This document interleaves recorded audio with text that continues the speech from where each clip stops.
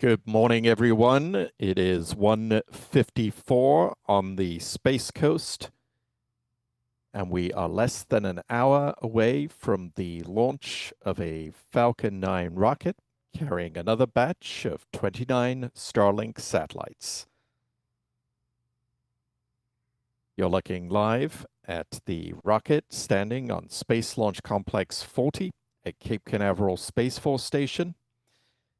It's another foggy night on the Florida Space Coast.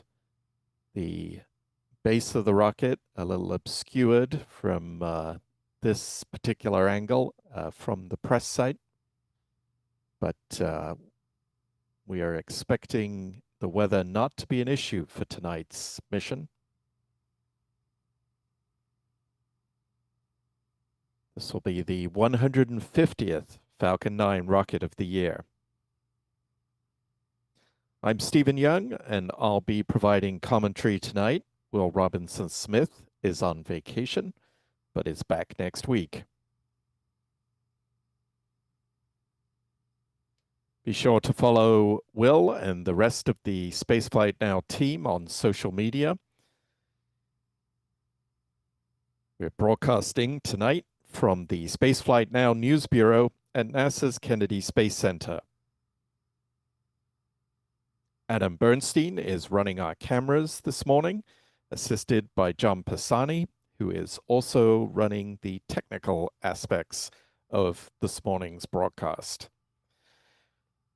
We'll also have support tracking this launch from our friends Pete Carstens at Max Q Productions and Chuck and Jen Briggs of C&J Images.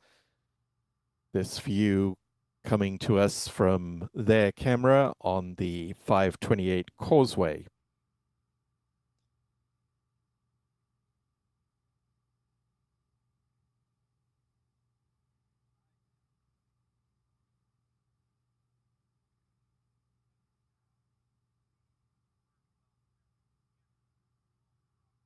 Spaceflight Now is powered by you, our viewers. So please hit the like button, click subscribe, and the notifications bell so you know when new videos are posted and you won't miss any of our live streams.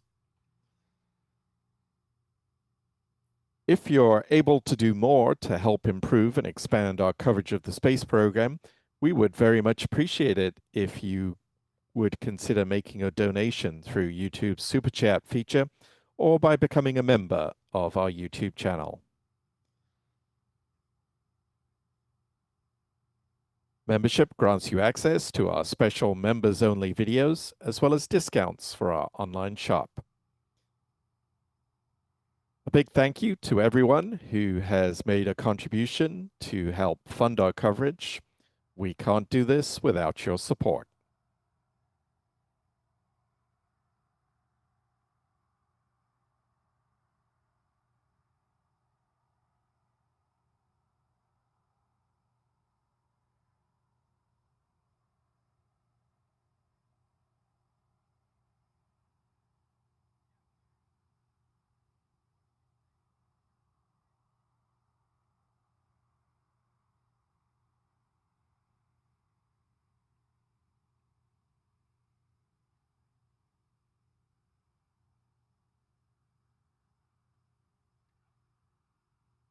Despite the fog, it's another great night to go fly a rocket. The 45th Weather Squadron issued a forecast on Friday calling for a greater than 95% chance of favorable weather for tonight's launch window.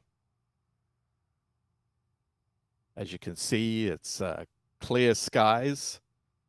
That low-level fog will just add to the drama of the launch tonight, but it certainly won't affect the plans to get this particular mission off the ground.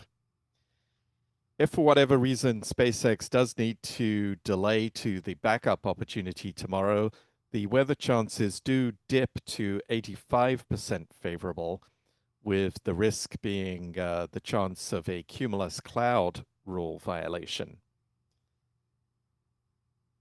Tomorrow, there is also an increased risk from upper level wind shear. But at the current time, everything looks like it is on track for this evening's launch, currently scheduled for 2:53 and 50 seconds.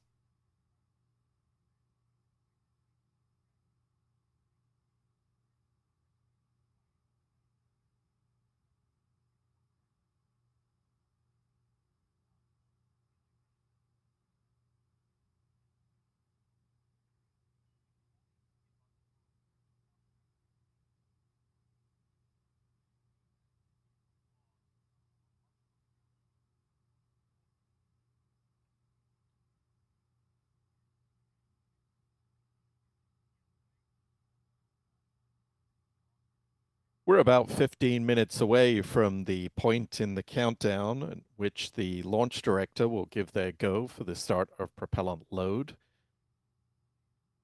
SpaceX is running this countdown from its launch control center, which is housed inside its Hangar X facility, which is located about 5.5 miles to the west of the launch pad. Falcon 9 boosters are prepared for flight and refurbished in that same building. Today's launch will also be supported by teams at SpaceX in Hawthorne, California. Let's take a look at the countdown timeline for today's Starlink mission. At around T-minus 38 minutes, the launch director will report the results of the go-no-go poll. If a go is given, propellant load will start at the T-minus 35-minute mark. That process begins with the loading of kerosene on the first and second stages, along with liquid oxygen for the first stage. With 30 minutes left on the clock, cryogenic helium load will get underway. The helium's loaded into pressure vessels inside the rocket's propellant tanks. The helium pressurizes those tanks as the propellants are consumed. This keeps the liquid oxygen and kerosene flowing to the Merlin engines. The helium load starts with the first stage and continues with the second stage 4 minutes later. Loading of kerosene aboard the second stage should wrap up at about the T-minus 23-minute mark. The loading of fuel into the much larger first stage fuel tank will continue until much later in the countdown. The next major event is the start of the strung back chill down process. The strung back is the truss-like structure that sits alongside the rocket at the launch pad. It provides some support to the vehicle physically, stops it from swaying in the wind, and serves as the conduit for propellant lines, air conditioning, and power for both the rocket's second stage and the payload fairing. We'll see this chill down process in the form of the so-called big vent, the large cloud of vapor that is seen as the liquid oxygen lines are cooled and vented before the next major milestone in the countdown, which is the start of liquid oxygen loading on the second stage. That will get underway at the T-minus 16-minute mark. At T-minus 7 minutes, the chill down of the 9 Merlin engines at the base of the first stage will get underway. This process involves flowing a small amount of liquid oxygen through the plumbing and turbo pumps. This protects the engines from the risk of thermal shock and potential damage during the startup sequence. About 6 minutes prior to launch, the first stage kerosene tank should be full. And then at T-minus 4.5 minutes, we'll see the strung back begin retracting from the Falcon 9 rocket. It will recline to an angle of about 1.5 degrees, leaning back ever so slightly from the Falcon 9, and will stay there until liftoff, when it will throw back in a more rapid fashion, clearing the way for the climb of the rocket from the pad. With 3 minutes left on the clock, the first stage liquid oxygen tank should be full. Then, around 2 minutes before launch, liquid oxygen loading should be complete on the second stage. At that point, the Falcon 9 will be fully loaded with 1 million pounds of propellant. In the final 60 seconds of the countdown, control will be handed over from the ground sequencer to the Falcon 9's onboard flight computers. The propellant tanks will be brought up to flight pressure, and if everything is looking good, the SpaceX launch director will give their final go for launch. The engine ignition command comes at T-minus 3 seconds. If all 9 of those Merlin 1D engines ignite and are determined to be healthy, the onboard computer will command hold-down clamps to release the Falcon 9 for a liftoff at T0, which once again tonight is at 2:53 and 50 seconds.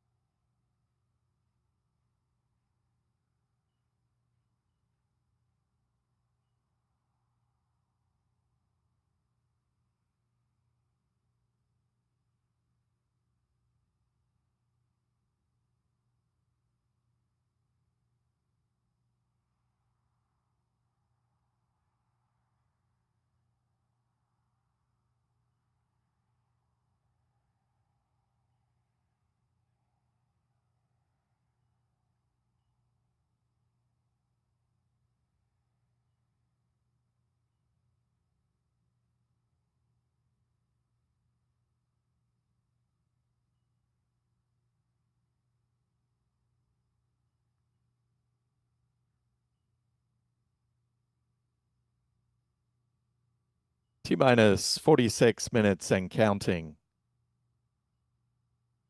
Around this time, the go, no-go poll should be getting underway in the Launch Control Center.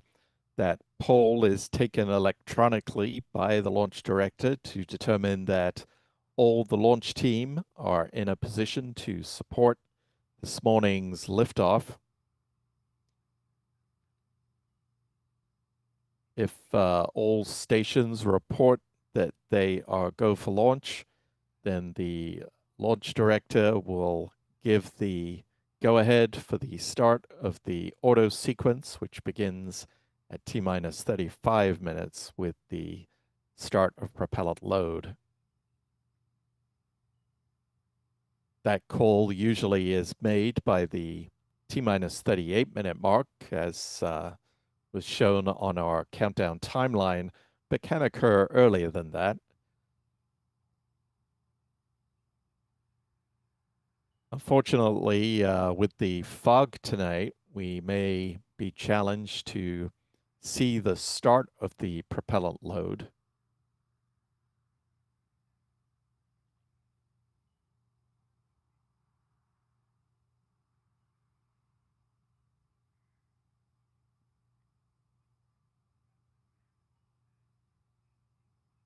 We do have this view from Chuck Briggs from the south of the launch site, and hopefully we'll see some of the vapor that begins to form around the vehicle when the densified super chilled propellant starts to flow aboard the vehicle.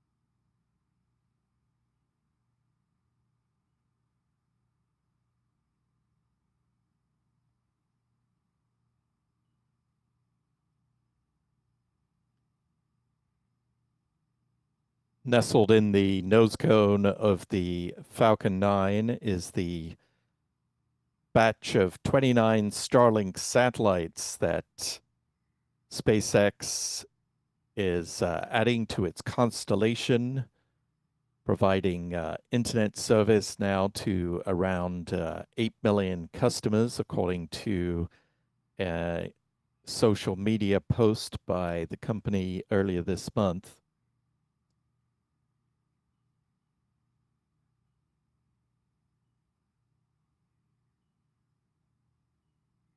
This will be the 109th launch of Starlink satellites this year, and the 9th Starlink delivery mission of the month, and perhaps three more, or two more perhaps, before the end of this month are planned, one from Vandenberg and one from the Cape.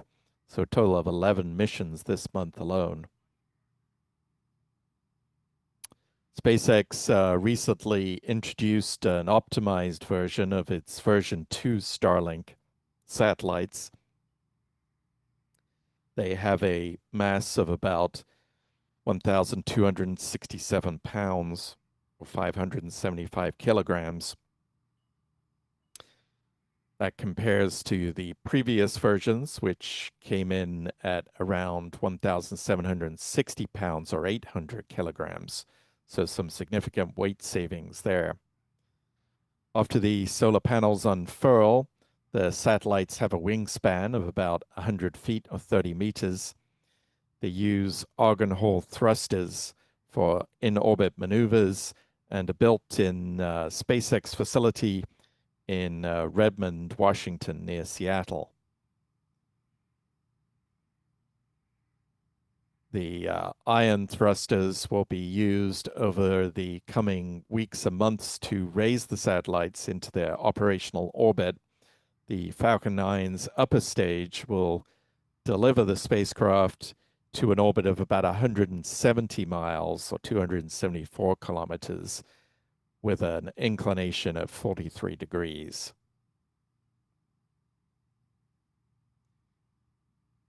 SpaceX put out this graphic earlier in the year that shows the various versions of the Starlink satellite, the evolution of these internet relay satellites, starting at the top with a tiny astronaut figure there for scale, is the version 1.5 Starlink, which featured a sail that protruded from one side of the spacecraft.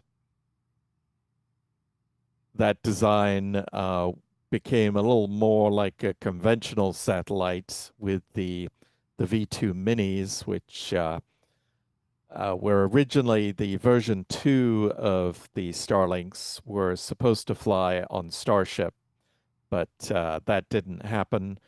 And now SpaceX is planning the even larger version 3, which you can see here, for flights aboard the Starship vehicle.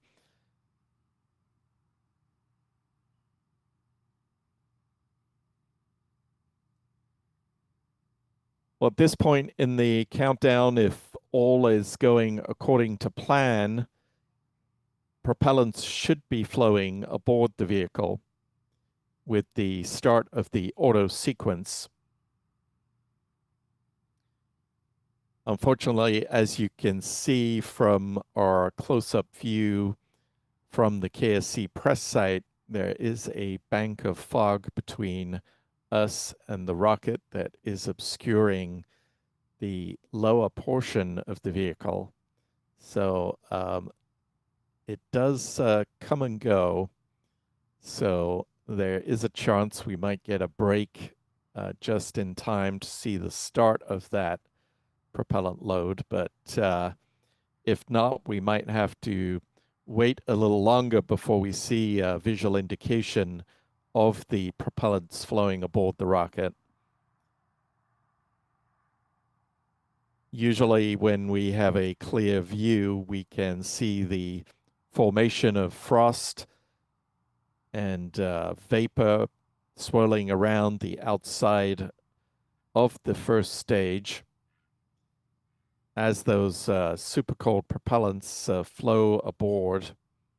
They chill down the metal skin of the rocket's first stage, and when that comes into contact with the humid Florida air, it condenses out some of that water vapor. But a little tricky for us to see that tonight with the low-level ground fog that has made its presence known this evening at the Florida spaceport.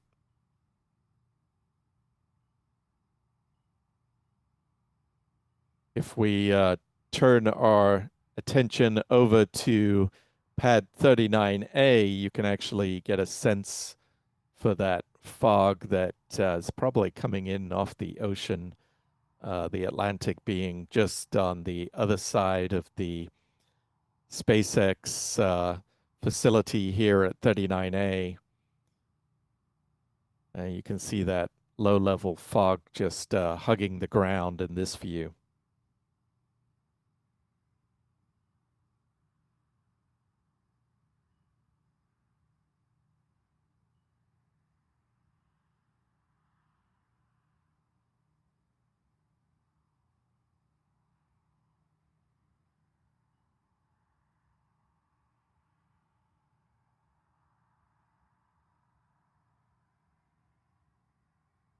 Although we don't see the usual signs of propellant load because of this fog, we don't have any indication that the countdown isn't proceeding as planned. So, as far as we know, everything's still on track for a liftoff at 2:53 this morning.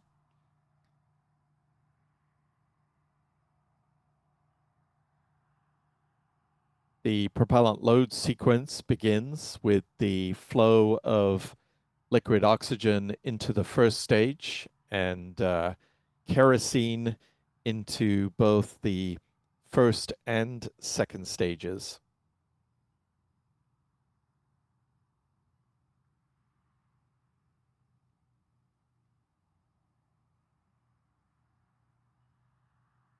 The propellant load sequence is managed by the ground computers and it's completely automated.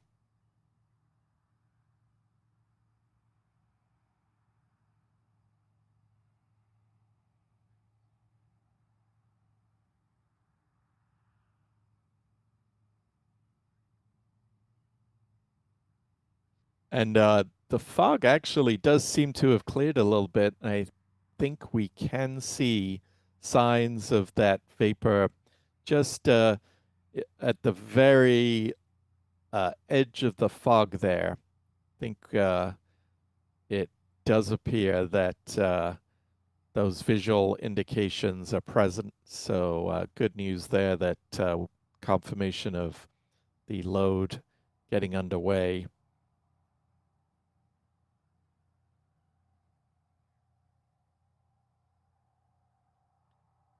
Three of the four propellant tanks on the rocket are being loaded at this point.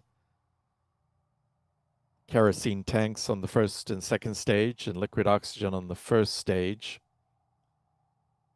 That liquid oxygen is the oxidizer that enables the fuel to burn and is a super chilled liquid oxygen that is densified so SpaceX can get a bigger bang for their buck by packing in more propellants, gaining more performance than you could with the liquid oxygen that is more commonly used by other launch companies.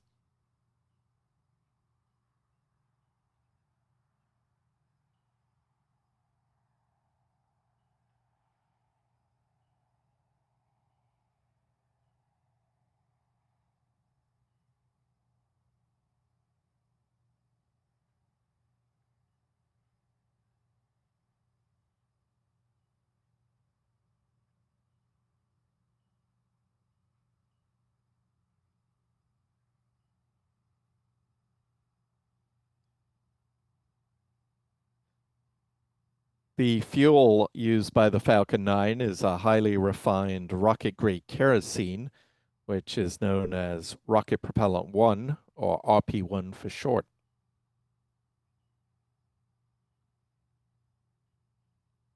At this point in the countdown, helium loading is also underway into the pressure vessels on the first stage.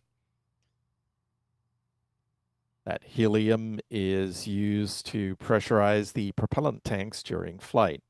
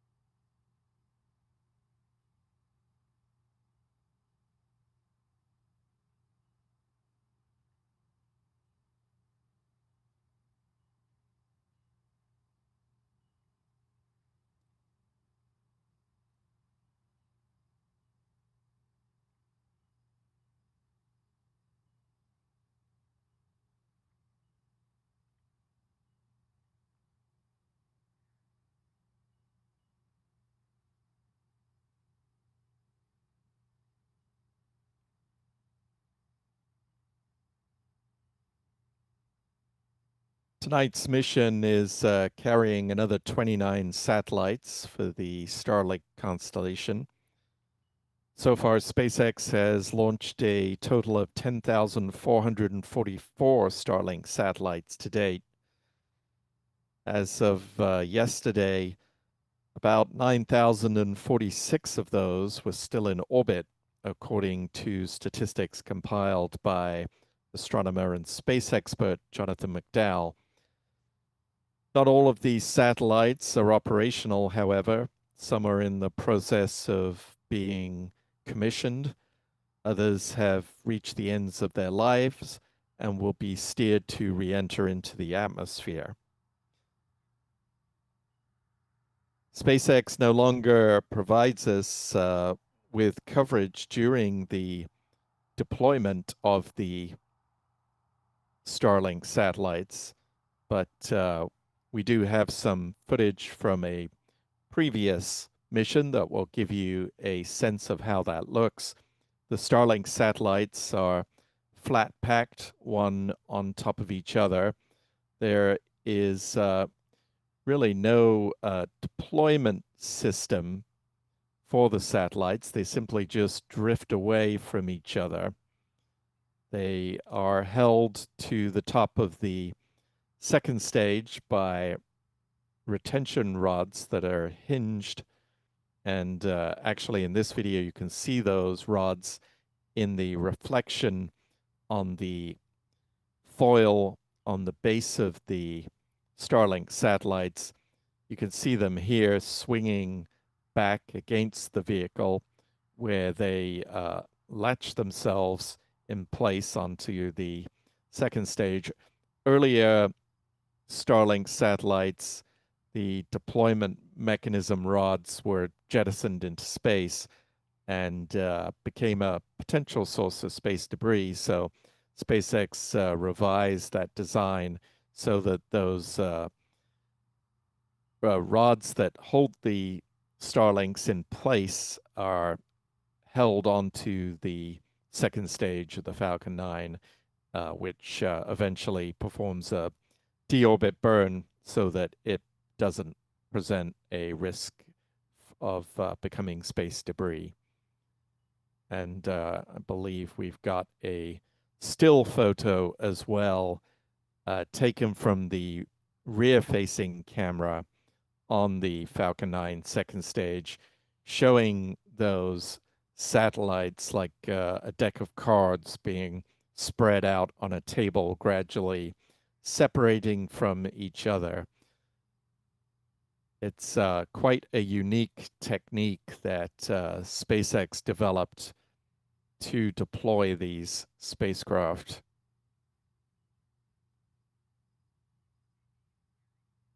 And in part made possible by the flat design of each craft, the compact packaging that enables them to get these now 29 satellites inside the payload fairing of Falcon 9 going to this particular orbit.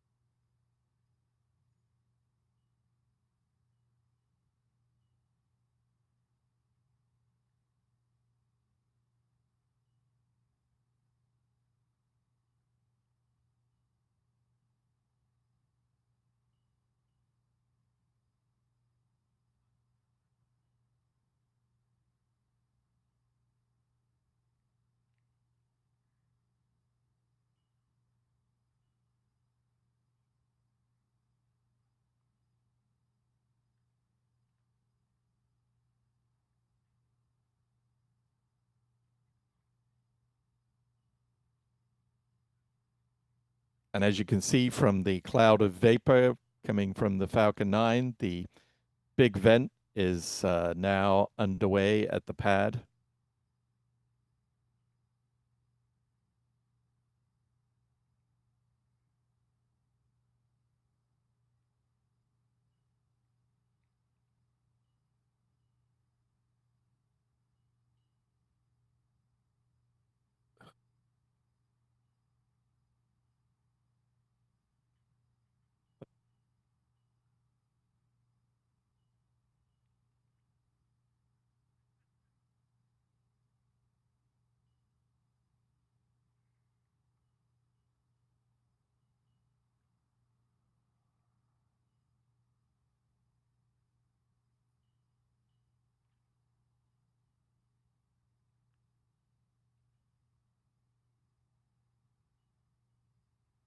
So what you're seeing here is the flow of liquid oxygen up the propellant lines on the strong back that sits alongside the rocket at the launch pad. It's then vented overboard. Its purpose is done at that point. It's cooling down those propellant lines so there are no issues of propellant being warmed by those lines prior to the start of propellant load and that propellant flowing into the tank on the second stage.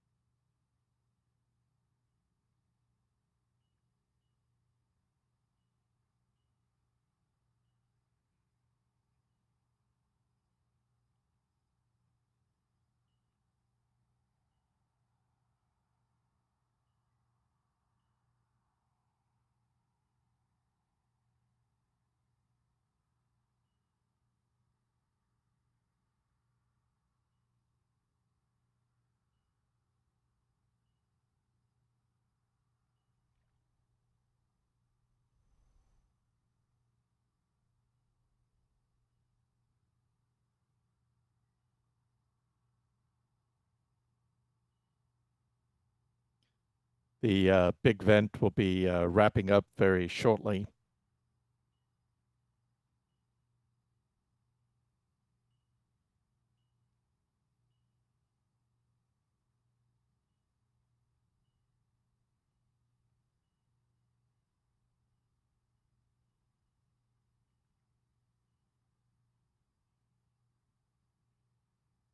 And there we see the completion of that operation to chill down the propellant lines. This clears the way for the start of liquid oxygen load on the second stage. That should be getting underway right about now.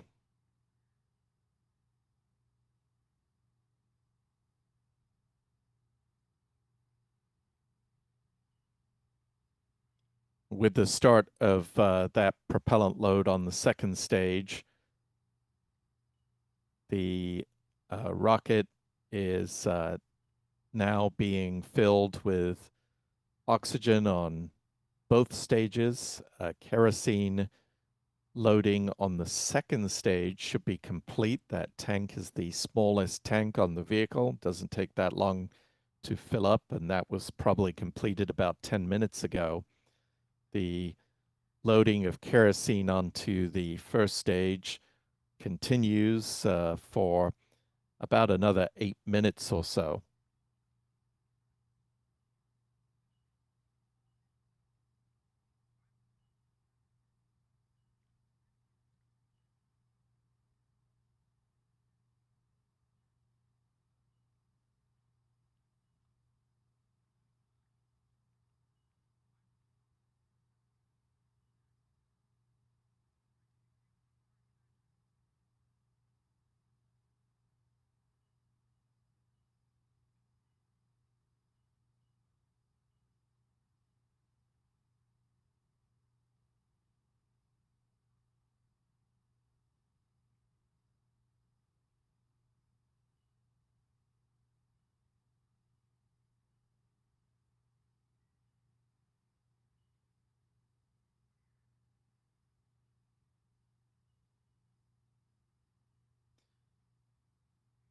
The Falcon 9 first stage booster for this particular mission, booster 1090, made its debut in December of 2024, carrying the O3B mPOWER satellites for Luxembourg-based SES. It next flew two American astronauts and a crewmate from Japan and a Russian cosmonaut to the International Space Station on the Crew 10 mission in March 2025. It followed that by lofting a multitude of payloads, including a Korean military satellite, into a low inclination orbit on the Bandwagon 3 rideshare mission in April of this year. It then launched a pair of Starlink satellites before launching the next batch of O3 mPOWER satellites for SES. It returned to its work for the space station program with the launch of the CRS-33 Cargo Dragon mission. Before returning to work on the Starlink constellation on its most recent flight, which was back in October. And that brings us to this morning's launch. And if we take a quick look, this is the booster turnaround history between launches.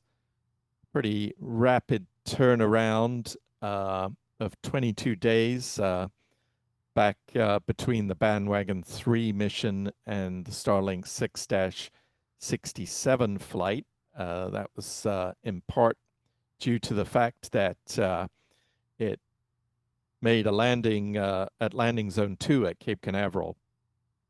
So there was no need to bring it back from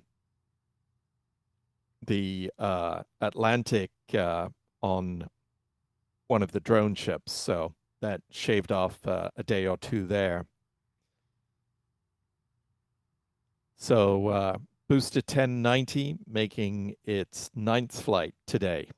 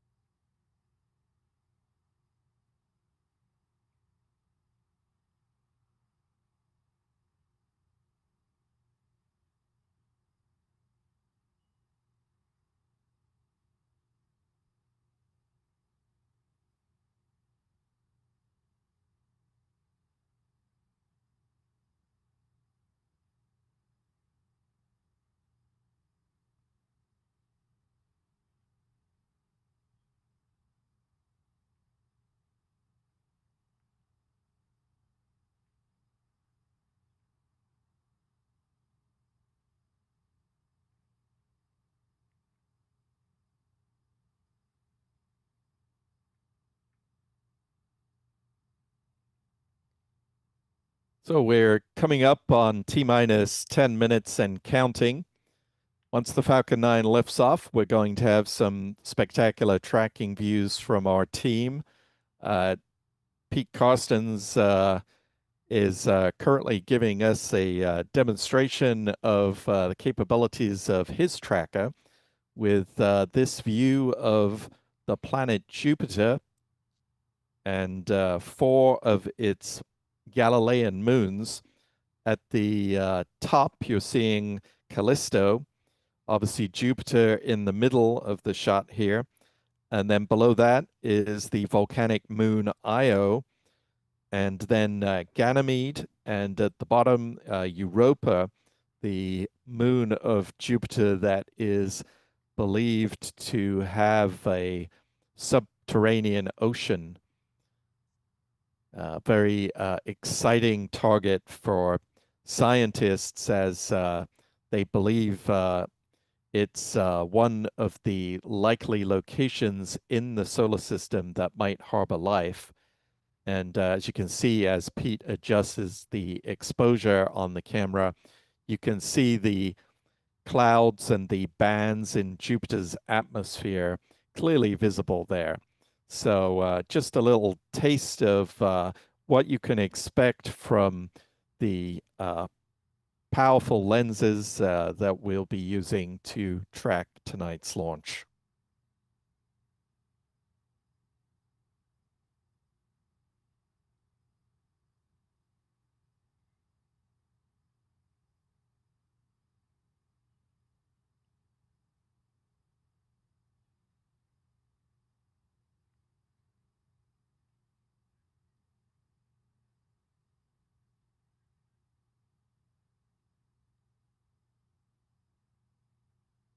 As we're getting into the final minutes of the countdown, just wanted to give a big thank you to Virginia Pruitt, who has made a $10 super chat. Thank you. We really appreciate that support.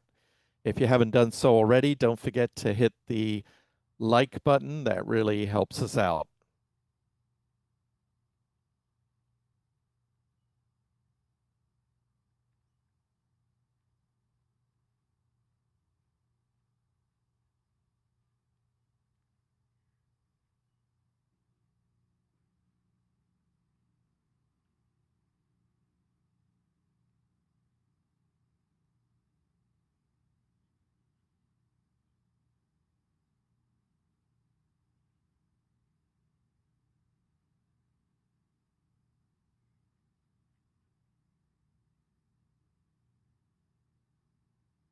We're coming up on the point of the chill down of the 9 Merlin engines. That's when a little amount of liquid oxygen is flowed through those engines just to prevent any thermal shock when the ignition sequence begins and those propellants really start to flow in earnest.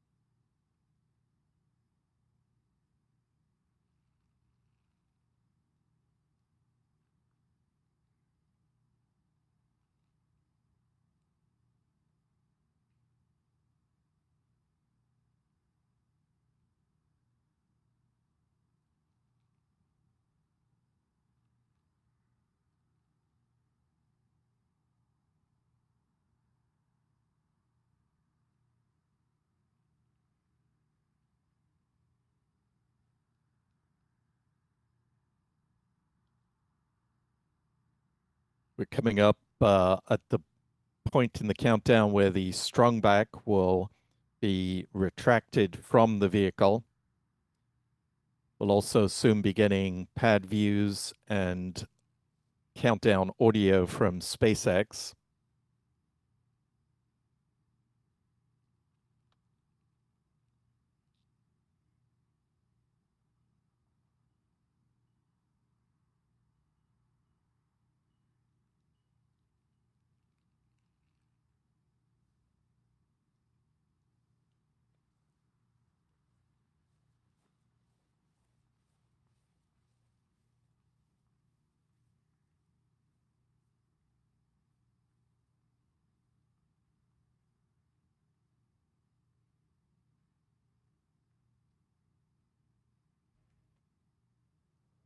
Falcon 9 tanks are pressing for strong back retracts. There we hear the call that the start of the strong back retraction process is beginning with the pressurization of those tanks. That gives them a little bit more rigidity before the clamp arms open up.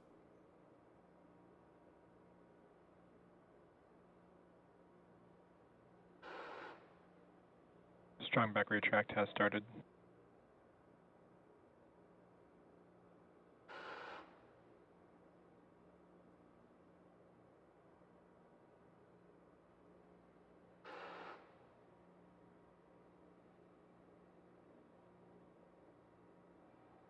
We're now starting to see those clamp arms open up on the strong back that were holding the Falcon 9 in place on the pad, just giving it a little more stability while it is standing out there. But now the tanks are pressurizing. It no longer needs that support.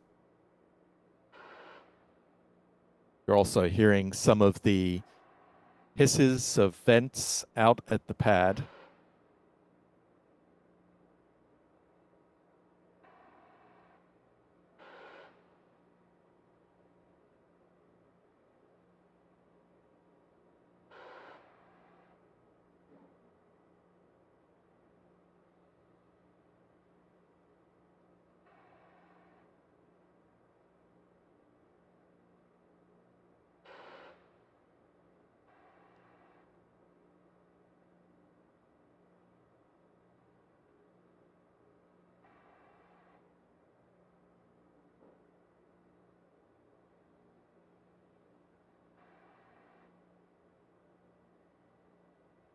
Stage 1 LOX load is complete. Stage 1 Pogo. There we have confirmation that the loading of liquid oxygen onto the first stage is complete. Strongback has retracted. At liftoff, hydraulics will pull that further away from the vehicle. The rocket's autonomous destruct system is being armed.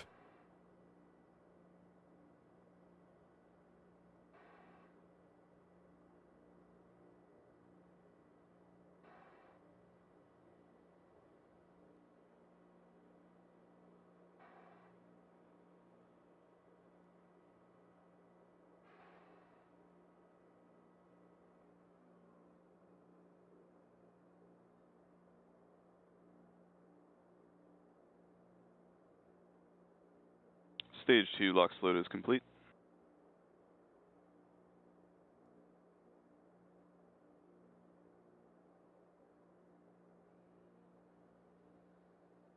And with that call, the Falcon 9 is now fully loaded with 1 million pounds of propellant.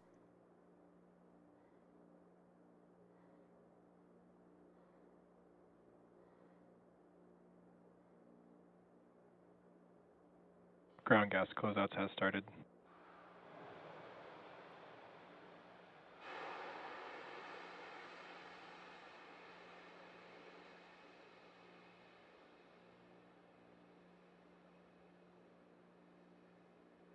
Coming up on the start of the final minute of the countdown when the Falcon 9's onboard computers will take control.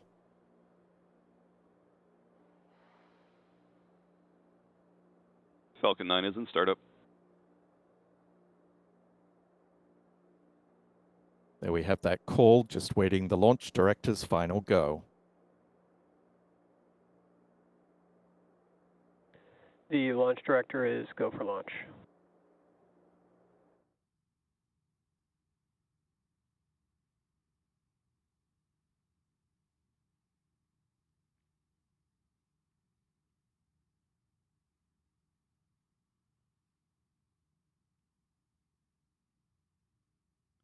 "20 seconds and counting.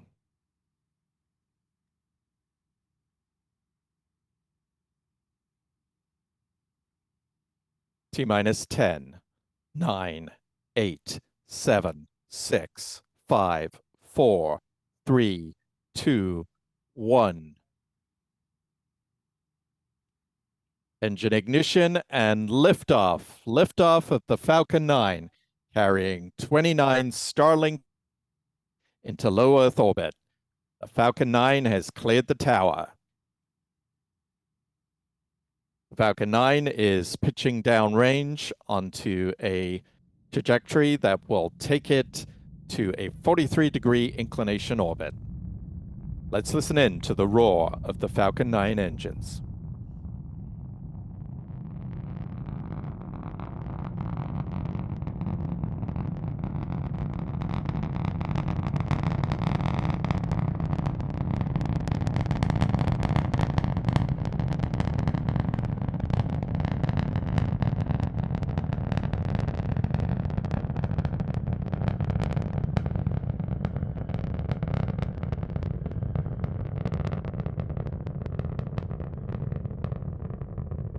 Now 1 minute into flight. The Merlin engines should be throttling down as the vehicle approaches max Q.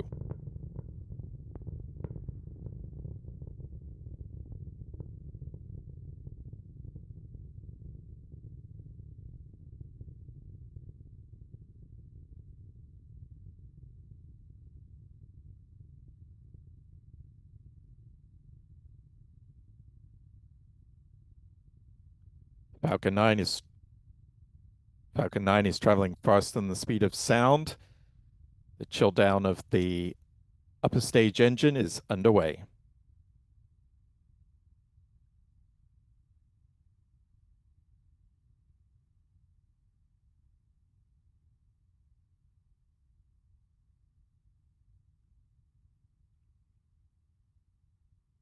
Two minutes into flight, we're approaching main engine cutoff. This will be followed by stage separation and ignition of the second stage. Jettison of the payload fairing comes next.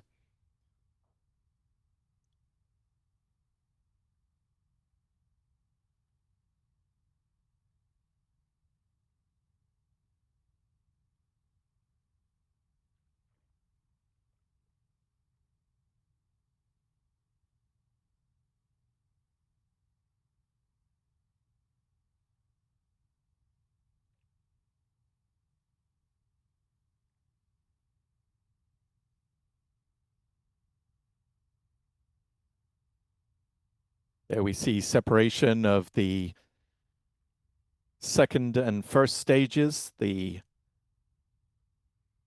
ignition on the second stage Merlin vacuum engine. You're seeing the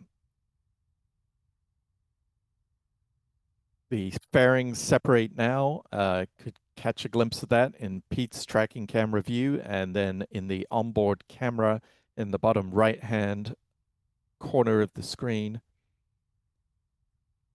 In the top right-hand view, we're seeing the lights of Florida from the first stage as it continues to climb, just crossed the Kármán line.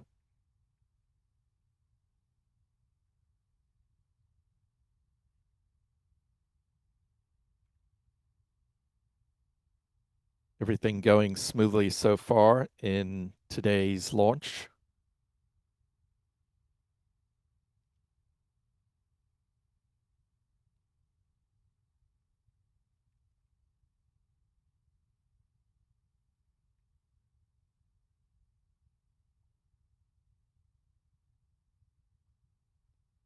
This is about a 6-minute burn of the second stage. Next up, for the first stage, as it is reaching its high point, as you can see in the tracking map in the top right-hand corner there. It's peaked out at 114 kilometers and is now starting to descend towards the drone ship, a shortfall of gravitas, which is stationed east of the Bahamas.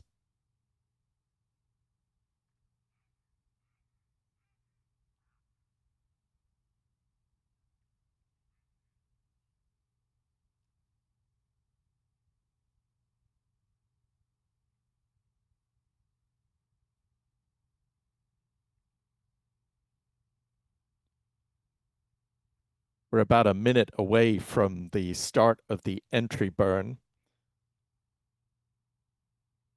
This burn will slow the descent of the rocket and reduce the heating on the vehicle as it starts to encounter friction from the atmosphere. The entry burn will begin with the ignition of the center Merlin engine, followed a few seconds later by 2 of the outer engines. The entry burn today will last for about 27 seconds.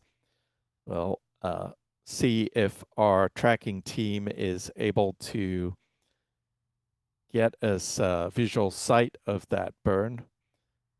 Conditions are quite clear tonight, so hopeful that that will be the case. About 10 seconds now away from that burn happening in real time. Stage 1 FTS has saved.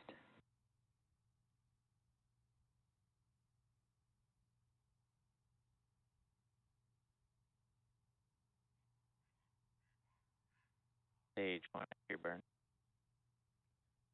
And there we have it in our camera from the press site, the entry burn underway. The Falcon 9 firing its 3 engines now in a downwards direction, in the direction of travel. Looks like that burn may have wrapped up in real time. Stage 1 entry burn shutdown. And then we had confirmation from SpaceX that the burn is successfully Stage 2 completed. FTS is saved.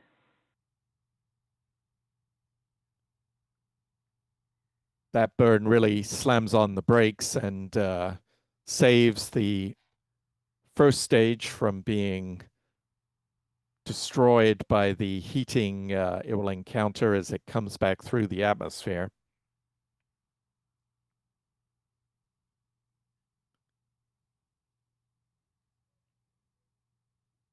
We're less than 40 seconds now from the landing burn, a burn of a single engine that will bring the first stage booster Stage 1 B10, B1090 to the drone ship. That stage now traveling less than the speed of sound.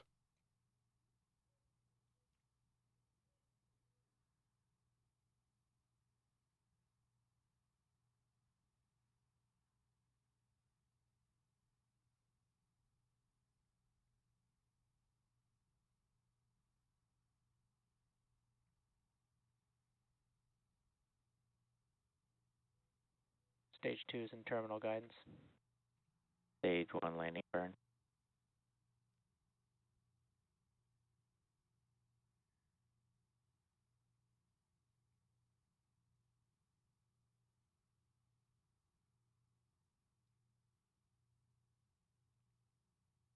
Stage 1 landing leg deploy.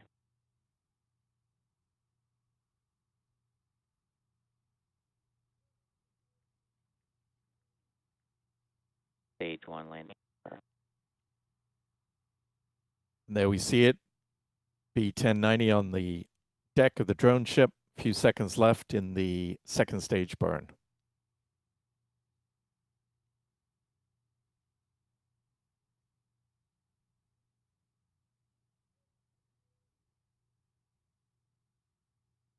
And back shutdown. Nominal orbit insertion.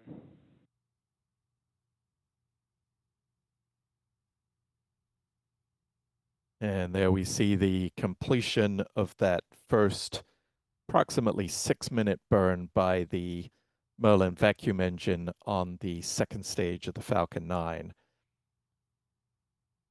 It's now in parking orbit that will see it coast for about 45 minutes before a very short reignition of that second stage engine to circularize the orbit of the vehicle before the deployment of the Starlink satellites, which comes today 1 hour, 5 minutes into flight. Those 29 satellites will be released from the upper stage at that point.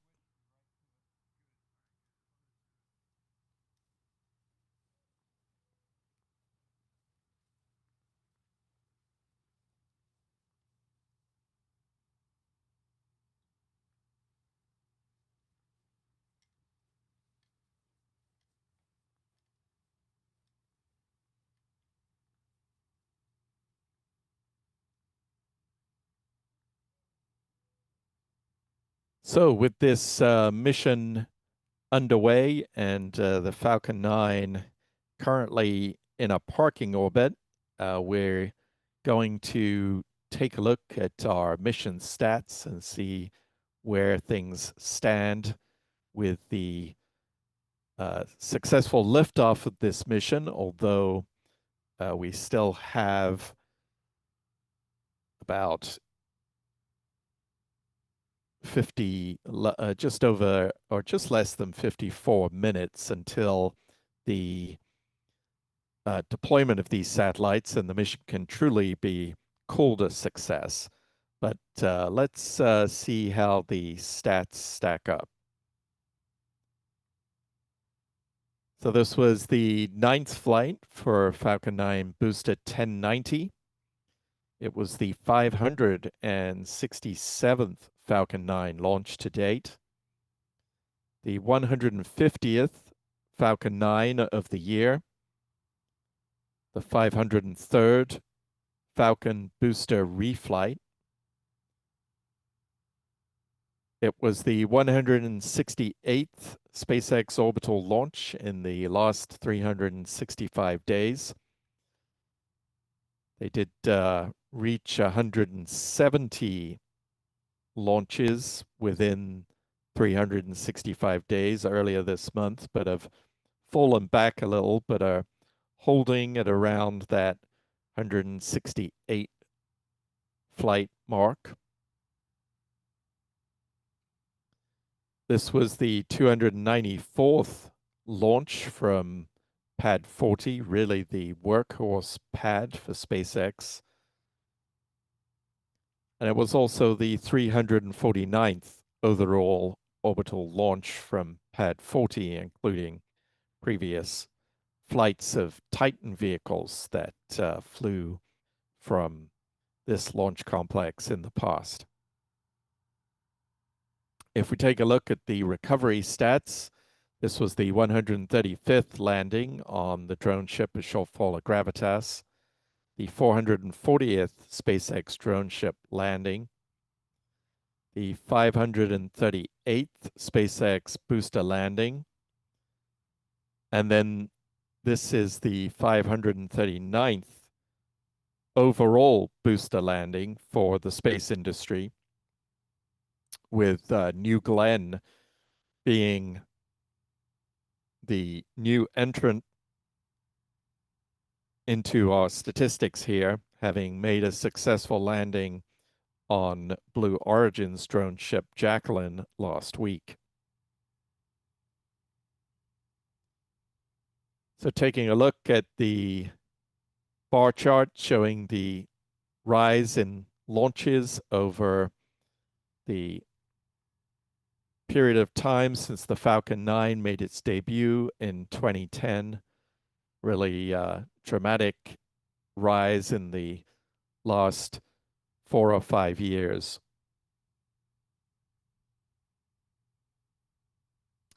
Turning to our space industry stats, This was the 101st orbital launch from Florida.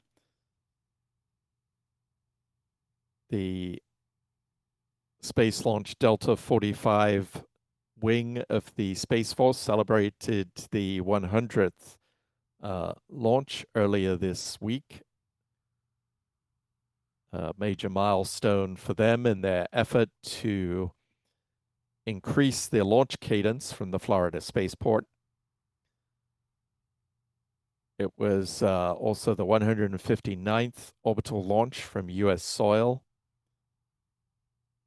the 174th launch from a U.S. rocket company, including those by Rocket Lab in New Zealand, a U.S. company. It's the 275th orbital launch attempt globally this year. And of those, there have been 6 launch failures where vehicles have failed to reach orbit.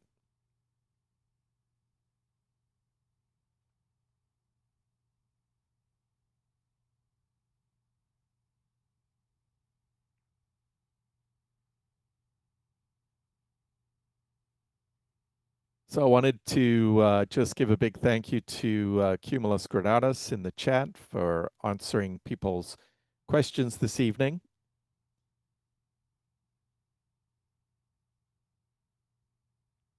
To our Spaceflight Now tracking team with Pete Carsons of Max Q Productions, Chuck and Jen Briggs. Big thank you to them for their work in covering tonight's launch.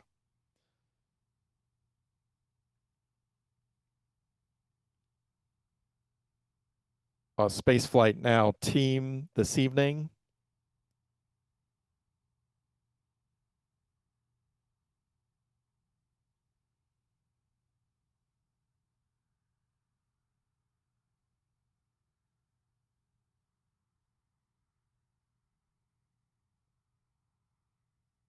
Adam Bernstein manning our tracking camera at the KSC press site.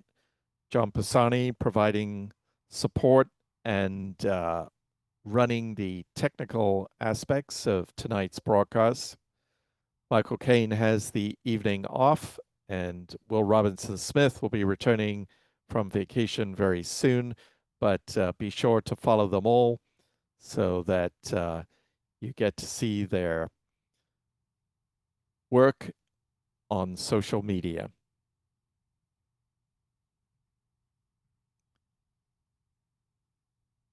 So that just leaves it for me to thank you for being here tonight and watching our coverage.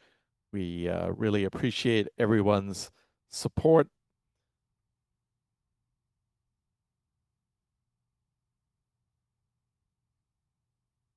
So with that, I will wish you a very good morning. Reporting for Spaceflight Now, I'm Stephen Young. Good night.